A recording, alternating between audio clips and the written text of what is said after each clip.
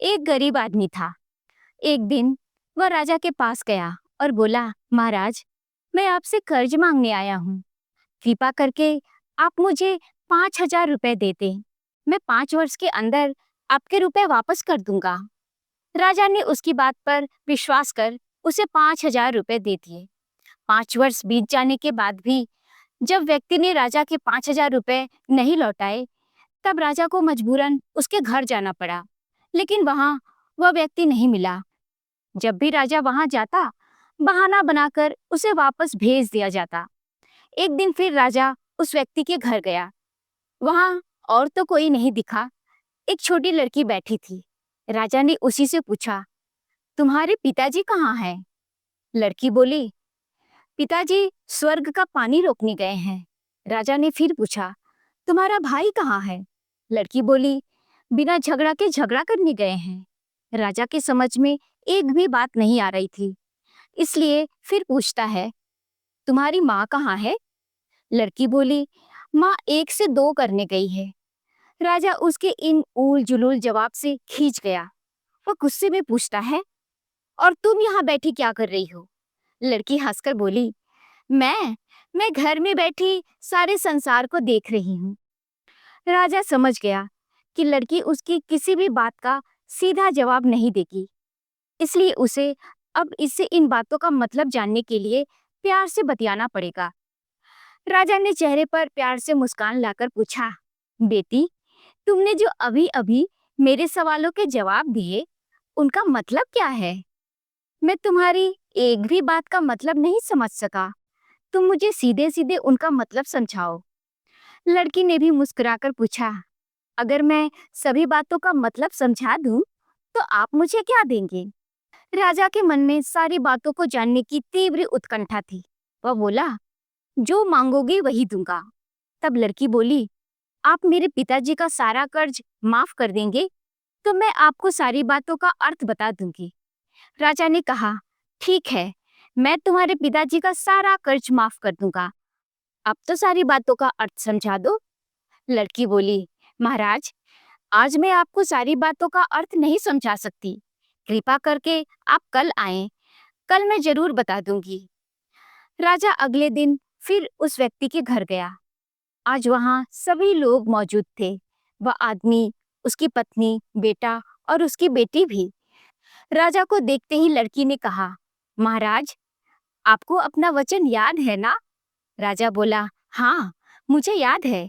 तुम अगर सारी बातों का अर्थ बता दो तो मैं तुम्हारे पिताजी का सारा कर्ज माफ कर दूंगा।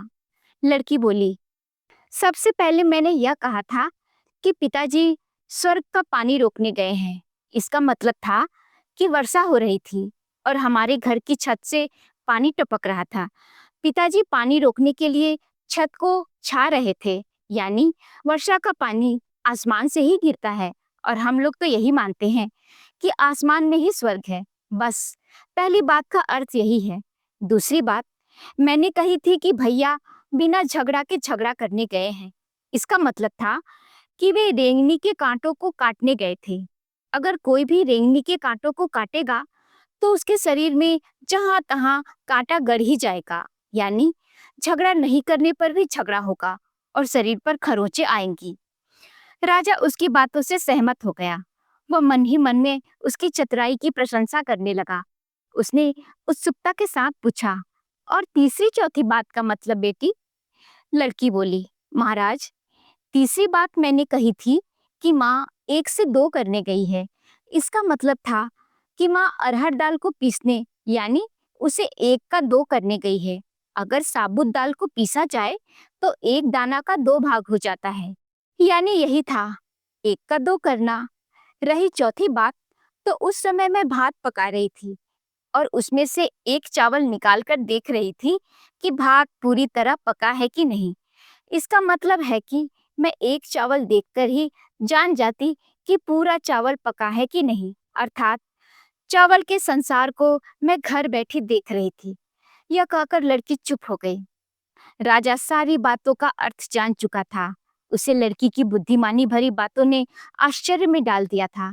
फिर राजा ने कहा, बेटी, तुम तो बहुत चतुर हो, पर एक बात समझ में नहीं आई कि यह सारी बातें तो तुम मुझे कल भी बता सकती थी, फिर तुमने आज क्यों बुलाया?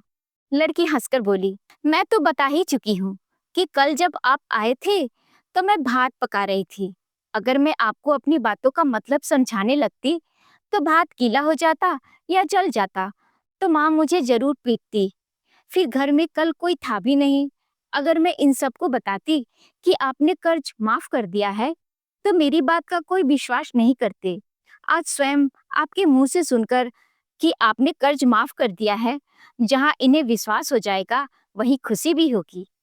राजा लड़की की बात सुनकर बहुत ही प्रसन्न हुआ। उसने अपने गले से मोतियों की माला निकालकर उसे देते हुए कहा, बेटी, यह लो अपनी चतुराई का पुरस्कार। तुम्हारे पिताजी का कर्ज तो मैं माफी कर चुका हूँ। अब तुम्हें या तुम्हारे घर वालों को मुझसे बहाना नहीं बनाना पड़ेगा। अब तुम लोग निश्चिंत होकर रहो। अगर फिर कभी किसी चीज की जरूरत हो तो बेझिझक होकर मुझसे जरूर कहना। इतना कहकर राजा लड़की को आशीर्वाद देकर चला गया। लड़की के परिवार वालों ने उसे खुशी से गले लगा दिया। तो दोस्तों, आपको कहानी कैसी लगी? कमेंट में जरूर बताइएगा। मिलते हैं अगली कहानी के साथ। तब तक के लिए बाय बाय।